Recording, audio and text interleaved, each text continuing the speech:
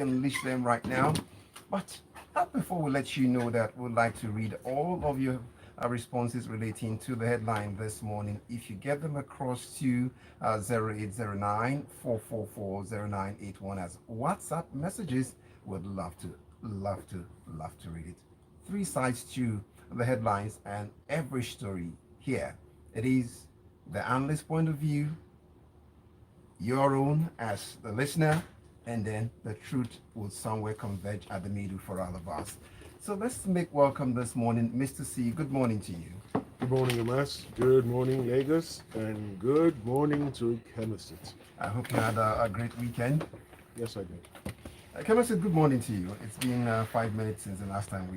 Yeah, good morning. Morning, Mr. C. Morning, Lagos. Is Omatseye trying to imply that we didn't tell the truth? Because that's really where I want to start from. That's the first story of the That's what morning. you said. No, that's not what I'm just saying that everybody would have a saying the headlines. That's the bottom line. You know, you guys, you give it 100 and more. Should I put it that way? Okay, put it that way. You put it in the courtroom, but here we say it as it is right now.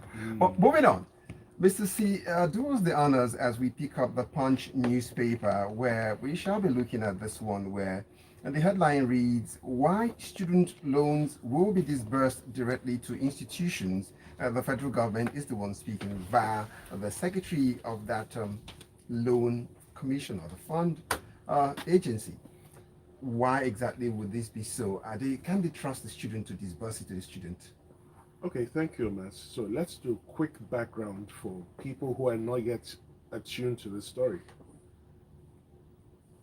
Last year, this current administration promised that it would start a scheme to provide funding for indigent and financially challenged students in Nigerian universities, polytechnics, colleges of education, and the like. The initial date promised for the takeoff of this fund was September. Of course, that was missed. The next date promised was January 2024. That was also missed. The current date promised is on Wednesday, the 21st of February. And it's in line with these series of promises. This Wednesday? Yes, this Wednesday, Okay. day after tomorrow. Okay. So it's in line with these promises that the Executive Secretary of the Nigerian Education Loan Fund made these statements over the weekend. Now, he says student loans will be disbursed directly to institutions. Now, the first thing I have to say to Mr. Sawyer is, sorry, sir, you cannot do that. Why, sir? But it makes sense, though. No. There is a provision. So there's a Students' Loans Access to Education, Higher Education Act. And I'm going to read section 6, subsection D, to explain why I say he cannot do it. The functions of the fund are to approve and disburse loans to qualified applicants. That is the act setting up the entire arrangement. Nowhere in that act does it mention that Nigerian universities, polytechnics, colleges of education, and the like will disburse the funds. So, sir, you cannot unilaterally amend or change the provisions of an act passed by the National Assembly. Sorry, sir, you have to go back and get them to amend it. Now, before you dig in, I understand Ikemesit has something. Ikemesit, if you were to disburse, would you disburse it in here? I mean, so where would you disburse to? I won't exactly call the qualified applicants. Disbursing to qualified applicants, disbursing to thin air. But I do know that, and this is probably really the fault of the people who actually put up this law before the National Assembly. This went through a couple of drafts and a couple of readings, so this should have been picked. I understand where the Executive Secretary is coming from, right? The CBN has recent experience, for example, with the Anchors Borrowers Program, where beneficiaries under that scheme thought they were getting a grant and not a loan, whereas it was expressly said that it was a loan. And when it came time for repayment, many of them were either incapable or just flat out refused to.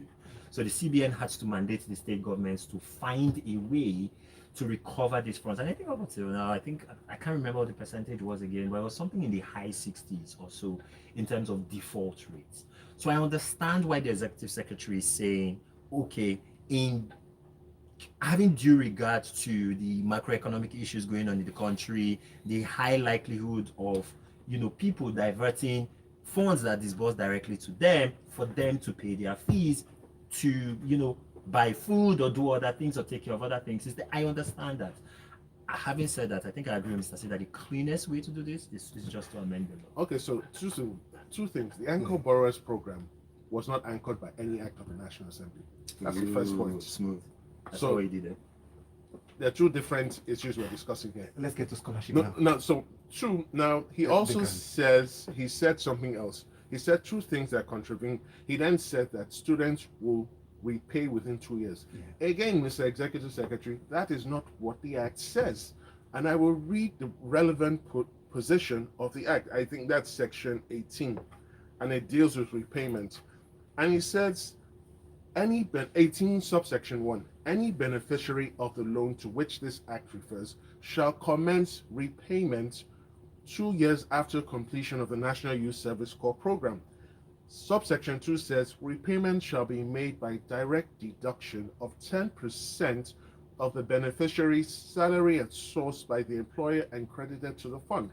What the combination of these two provisions, what they clearly says, there is an understanding by the drafters of this act that the payment will be made over a period of time, and not what the executive secretary is saying. The executive said, what, 2 years after you Yeah, graduate? 2 years after you graduate. Okay. Now, it is very puzzling why the executive secretary would take this position, because it will then appear that he's either not familiar with the provisions of the act setting up his body and his office, Likely. or he's being very creative. More Now, likely. two more issues to pick up with this headline before we rest it, Mr. C. Now, if it goes by that, it seems like better days are just ahead around the curve for graduates in the country, because it looks like there's certainty of a job, so they can pay the And so- loan and so from what how- it's stating How, here. certainty of how- job from where? Yes. It says your statement now saying that it will be deducted. So No, that's Assuming- if you have a job. that's based on the assumption you have a Oh. job. That's based on the assumption. you And have then a if job. you're self-employed, within 30 days, you should give them the details of what you're doing, Yeah. and then they can make payments take their payments directly from your account. then I see some lecturers are also not happy. That's somewhere around, if you go dig into the So story there's from Futa. so the lecturers from Ondo State are saying that this is a move by the current administration to deprive the universities of proper funding under the guise of providing loans to the students. Now, whether or not this program exists, even before this program was announced, we all know for a fact that universities were not properly funded by governments at the national or subnational level. Now, it is not the introduction of the fund that will worsen the matter. The truth of the matter is we need to get serious in this country. Now, touch on the executive secretary was also not economical. He mentioned, he went straight to where these monies will come from. And for people have been asking this question, did he mention it and did he speak to that in the Yeah, story? and I think that's the only thing he got correct. So, the fund will be funded by contributions, 1% of all profits from oil and minerals, 1% of taxes, levies, and duties accruing from the Federal Inland Revenue Service, the Nigeria Immigration Service, the Nigerian Customs Service, education bonds, education endowment fund schemes, and any Nigerian or corporate institution that makes donations to the fund. For more taxation. Exactly. So take us into diplomacy. If we pick up Premium Times this morning, and we understand President Tinubu, Brazilian President Lula da Silva discussing bilateral issues. They met somewhere in Addis Ababa, and when these two leaders meet, one a giant from South America and then the giant of Africa, meeting in Addis Ababa, what would be the charge you see there? I mean, both shaky giants, I should add, right? Yeah, I mean, they are clearly the largest economies on the continent, also the largest populations in their respective continent. And there's a history of cultural, right, and social ties. I think something like 1% of all Brazilians are of Nigerian descent. Take it on Yoruba descent you want to look at? Well, not just Yoruba descent, Okay. right? Yeah, but predominantly Yoruba descent. So Nigeria and Brazil sort of have those things going for them. Both presidents said that they would prioritize healthcare, education, and cultural investment, right? Brazil is seen by many as Brazil is one of the premier agricultural exporters, right, in the world. The Brazilian president said that the fact that trade volumes between both countries has dwindled, right, is a signal that both countries need to strengthen diplomatic relationships. Interestingly, President Lula da Silva was quite open about his mortality, right? And talking about the fact that he's 78, President Tinubu is 71. He's 71. Nobody should send a comment about whether or not he's 71. He's 71. Da Silva or President Tinubu. He's 71. That's not the point of analysis. Yes. The point of analysis is basically that, Lula da Silva's point was that, basically time is running out. They both need to get their countries on a solid footing and strengthening the Nigeria-Brazil bilateral relationship will be critical for how both of those countries go forward. And now that you mentioned it, one of the presidents among these two seem to be conscious of time. That look, 1 year is gone. I've got 3 years to do this, and I need your help to get me to achieve some of the promises. Indeed. I mean, Lula is very result oriented. This is his second time. This is his second rodeo as Brazilian president. During his first year, he was credited with lifting almost half, right, of poor Brazilians out of poverty. He, vastly expanded the social welfare scheme, the country's social welfare system. Brazil saw its strongest period of economic growth in its history during that time period as well. And so you have a situation, right, where Lula is looking for boxes, and the domestic political situation in his country is a lot less settled. There are lots of people that don't see him as legitimate. He basically has the same issue Joe Biden in the United States has. So he's very conscious of the fact that he has to be very result oriented. He basically has to pick out wins, right, during his time in office. If not, the future, his political future as well as political future of his party is at stake. I'm not very sure if his counterpart has that same mindset or has that same approach, but at the very least, that was the motivation for this meeting happening. And I'm almost tempted to say, because Mr. Say actually just put up like a stub of a video of their meeting. The president seemed very awake during that meeting. Mr. C, is there something you want to chime in before we get on to pick up the Daily Trust waiting for you? I think Ikemesit has covered all the issues, and I think he also hit the nail on the head when he says one party is conscious of time and is trying to make the most of the time left. It's doubtful if the other party is even conscious of the time left and whether anything needs to be done. Now, let's drift on to the Daily Trust headline here, where it tells us still money and still bilateral issues between big economies and giants in some continents, where the UK, that's the United Kingdom, spent over £300 million on security in Africa in 2023, and that's according to a minister. Now, the question is, if this chunk of money has come in, just £15 million was what Nigeria could get out of it. And did we see the visible impact in security? Okay, so thank you very much. So we've continued to see a growing trend where interested nations outside the continent of Africa take steps, intentional, visible, and sometimes invincible, to ensure that their presence and their interests are protected on the continent.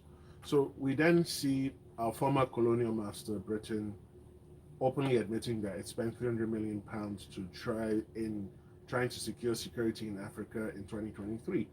And there are multiple reasons, and various reasons for that. One, if there's prolonged crisis in the African continent, it will then lead to an increase in asylum applications, people trying to cross into the UK and putting more pressure on the already pressured resources. But beyond that, they have economic interest here, and it doesn't pay them to see insecurity trouble those assets.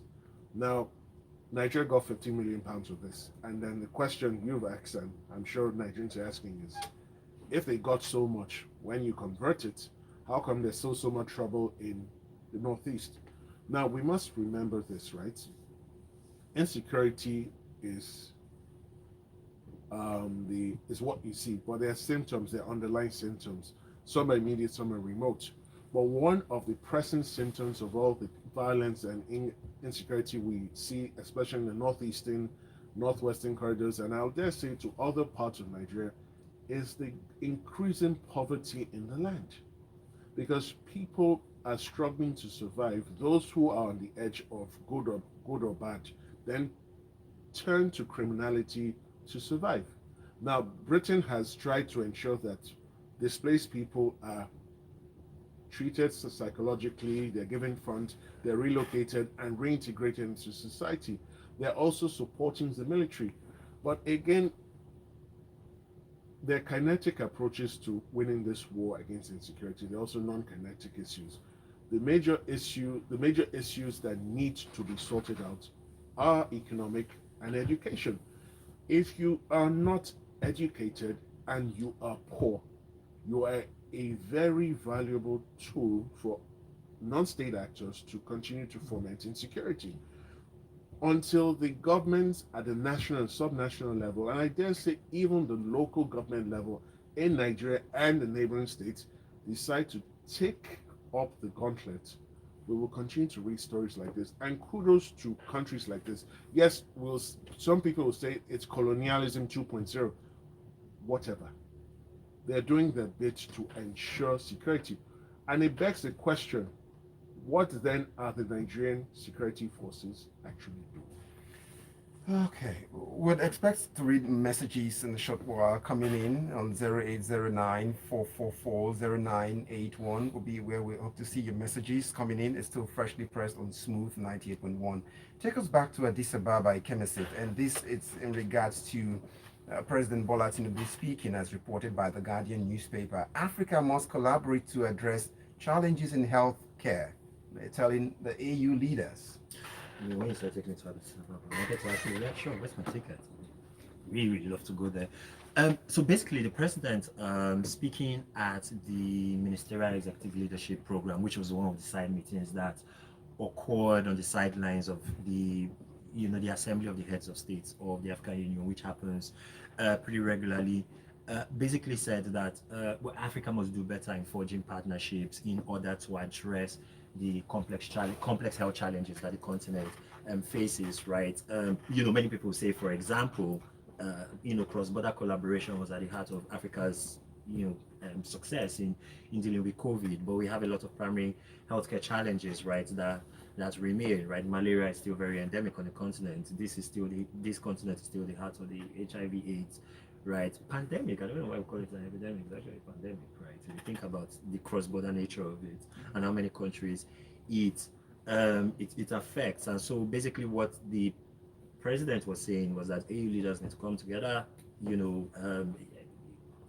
figure out a comprehensive public health strategy that sustainably addresses the health challenges that the continent faces. The challenge that I have with Nigeria following through with these things is that oftentimes we're a net stumbling block and not a facilitator in terms of diplomacy on the continent. Also interesting, but not related to health, right? The president said Nigeria was ready to host the Africa Central Bank, right? So we're coming to that in another story. Yes. Oh, okay.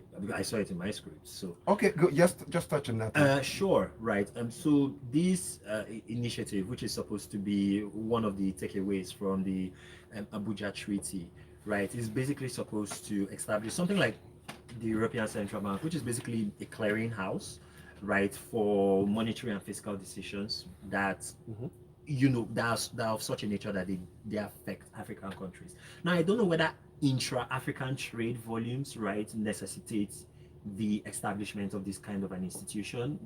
The EU, for example, is a much more integrated economy, and so there's a stronger case to be made that close collaboration on monetary and fiscal issues is required, right, in Europe. I don't know if that's the case, right, yet in Africa, but in any case, there's a 2028 cutoff for this. Things, can obviously dramatically change in 4 years, even though I see Mr. C shaking his head, which is probably closer to reality, right, on this. But the top lesson, both on health and on continental monetary policy, is that collaboration is the byword, and we actually need to check in with our neighbors more. Please let me jump in on this. I'm sorry. As you jump in, also pay mind to what is this tendency to always strive towards whatever sounds on the other side. It looks like it must be replicated, even if it doesn't resonate with our reality. Just going by what you submit, your submission in Ikemesit, EU, AU, ECB, then you have to create this one now. Speak to it. Okay, so two things. I was going through the story and listening to Ikemesit. There was a lot of big grammar, big talk. Yeah. Now, all of this is just smoke and mirrors if there's no funding, no proper funding. And that's the simple truth. You can speak all the English you like. If you do not provide the funding, all this remains, it will remain a mirage. Now, are we necessarily copying the European Central Bank? I would not say, I would disagree. It is important Africa unites. It is important that for purposes of economic relations, political relations, Africa is able to speak with one voice. Is this the time? I don't think so, because right now, even within sub-regions, countries are not talking to themselves. How about uniting on the small things before you get to the big things? No, but if you're not united politically, whether it's big or small, nothing's going to happen. There will be no unity. And the EU, there's a charter, so you know what you have to do. And then it's optional. You can elect to join the EU. But here, there's something like, say, okay, come 2028, we're all in whether we like it or not. I'm sorry, that's not how life works. Then I saw something. The current president was appointed the AU champion for human resources for health and community health delivery partnership. What does that mean? I didn't I'm know sorry, that. what is his track performance with regards to these indices in his country? On what basis was he appointed the AU champion? It will be good to know. Because he's been in office, 9 months? If we look at the health sector under his watch in 9 months, there's nothing to write home about. A 4-year mandate, but then is it fair to judge on in 9 months is alone? enough to see potential and some progress. Yeah, so In 9 months, people have been delivered. Pregnancies have been delivered, Omas. Talk to power now. Let's go to Vanguard. As you would see there, power grid drops to 3,530 megawatts as rationing persists nationwide. I don't know what it is like in your neck of the state, but how is it let's- like in your neck of this? Yes, the listeners would like to know. At least these two listeners. it strolls in and then just goes before I notice it's there. Okay, yeah. Okay, so same as it's my neck of it's this. gone more than it stays, for what you said. Okay, so this is what week 2, week 3, week 4 of the current power situation, power problem, and we noticed that, for example, Egbin was recorded to have delivered nothing in the past 3 to 7 days. Now, why are we here? How did we get here? It's a continuing problem. Now, for the benefit of listeners, this is a very quick summary. The power industry is as follows. You have your generation segment, you have your transmission segment, you have your distribution segment. So your generation segment, you have people like Edwin, you have Olorun Shogo, you have the chaps in Port Harcourt, Afam. They generate the power. Now, how do they generate the power? Most of our generating companies use gas supplied by gas firms, right? Now, so the generating companies are partly owned by governments, but mostly owned by private individuals or private entities. You have your transmission company that is solely owned by the government for security, national security reasons. You then have your distribution companies like Ikeja Disco, Echo Disco, Abuja Disco, and the like. Now, over the years, the generating companies have piled up debts to the tune of 1.3 billion US dollars to the gas companies. The distribution companies have not meted all their customers, have very wonky collection figures, and do not remit everything they collect back to the power companies. We have the MBETS company that is supposed to act as some sort of mediator and guarantee these loans, but it's constrained. Now, the Gencos are being owed 1.3 trillion naira as it speaks. In this same regime, we have tariffs that are not cost reflective. The government has been subsidizing power for a number of years. Now, we had the Minister for Power come out last week and say, we can no longer do this. For 2024, in the budget, 450 billion naira was allocated to deal with the power subsidy. But what is required and what was agreed with the power generating companies was, we would fund you to the tune of 1.6 trillion naira. So that means there's a deficit of at least 1.2 trillion naira that has to be found somewhere. Now, the gas companies have down tools. They're no longer supplying gas because for them, it makes no economic sense to continue to provide gas when they're not going to be paid. It then begs the question, what should this administration be doing? So basically, this is a gas strike. In essence, that's Yeah. so there's a strike, partial strike in a way to get to. It's not get partial. They're not.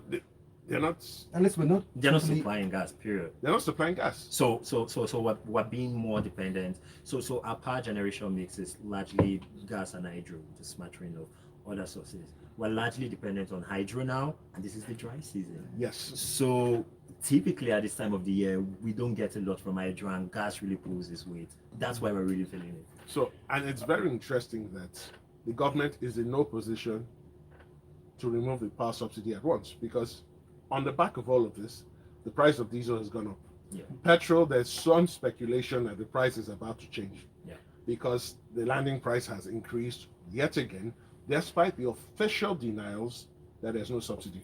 All right, so let's go over. Ikemesit, you've got this paper you need to pick up for us quickly, and this is coming in now from, still Food Matters Security Business Day, like Premier Feed, Olam Agri quits off-taking maize sorghum in Nigeria. What could be the reason? So Olam Agri and Premier Feed Mills Limited are some of the biggest sort of food, feed, and fiber products manufacturers right in the country. And what both of them have said, and they released statements within hours of each other yesterday, I believe, where they basically said, after consulting widely with government, with their peers within the industry, and also with their supply chains, they were suspending I love the business term for it, the off-taking. Basically, they're suspending the purchase of maize and sorghum, right, in the country. And they're basically blaming high prices. So, I mean, they say they're blaming high prices, but when you actually read the statements, and I read the statements last night, which was weird because I was at a family event and I was reading random statements from these companies. What they're really blaming is the uncertainty of pricing in the country. The fact that if prices are at an elevated level for 6 months, at the very least you can plan. It's terrible, not the most ideal and conducive business environment to operate in, but at least you can deal with that. If prices are at an elevated level, but they keep changing week on week, every fortnight, or every couple of days, right? Then it adds an extra layer of uncertainty, right, to the market. And what both of them have basically said is that they clearly have issue with pricing from the people that they offtake from, which are basically farmers right across the country. Oh. So lots of people are telling them, the prices that you're offering us to take my maize or to take my sorghum does not make sense in view of all of the other costs I have to deal with. And the companies feel they're already paying you almost at a premium, right? One was thinking, what would be the economic sensing of taking this maize when you barely even had enough to feed the population? It's better to lay off and let's feed adequately first. Okay, so first and foremost, these are not direct employees that they're picking up from. These are suppliers. And so about you think like 150,000 jobs. in the state. so basically they support largely 150,000 farmers, logistics suppliers, drivers, whoever it is that is needed within their ecosystem for them to be able to take these things. And a lot of these people are small scale subsistence farmers for the most part. So this is going to really, really have an outsized effect So, on the economy. renewed hope, pro-vax. So let's get on to messages waiting Really on the has- really fringes has good. for us. Messages here waiting. Jane Isha here comes up with a message, and it's looking at it from this angle. Well, we haven't seen light in almost 2 weeks in Iwaya, and that's reporting from our neck of the hood or from the state now. And it stays for 20 minutes, and they take it within 20 minutes, at least 30. That's load shedding, the term in South Africa then, but I had to throw South Africa in there. But destroying equipment that the price is almost 3 times its value currently. I thought Obasanjo sorted out power during his tenure, Jane's message this morning. And then I go over to JP's message, and he says, to think gas is still a major issue alongside the legacy payment in power is really sad. Up NEPA is a 50-year-old problem, sad, JP. Then comes Ajayi Olunilua. The power situation, like every other aspect of our national life, is in comatose. But to hear that the reason for the current state is a result of gas shortage is a national calamity. God help us. Ajayi Olunilua from Magodo GRA. And our final message comes from Lara. Lara says, please, I'm so confused. It's been touted for years that Nigeria's excess gas supply, and we need to... She's taking that message away. Deleted? Okay. I think it's scroll down. Okay, Yeah. finding that once again. Why the need to take advantage of it as an alternative to crude? Now I'm hearing gas companies have down tools because of subsidy, or I'm mistaken. Enlighten me, please. Quickly, Ikemesit, just enlightenment. Bring the light there. So we don't have an abundance of gas supply. We have an abundance of gas resources, Okay. right? Yeah. So investing in that, minding that, and then taking that to the market actually costs money that the gas companies think they are not being fairly competitive. All right. So that's where we'll leave it, gentlemen, this morning. I want to say thank you to Mr. C for your time this morning. Thank you for having me. And Ikemesit, thanks for stopping by. Always a pleasure. And thanks to you also sending your messages. My name is Omatseye Atsenuwa. The locker room is up next at 8:15 a.m. Stay tuned, and may you not be the canon for banter. The headline. Okay, good.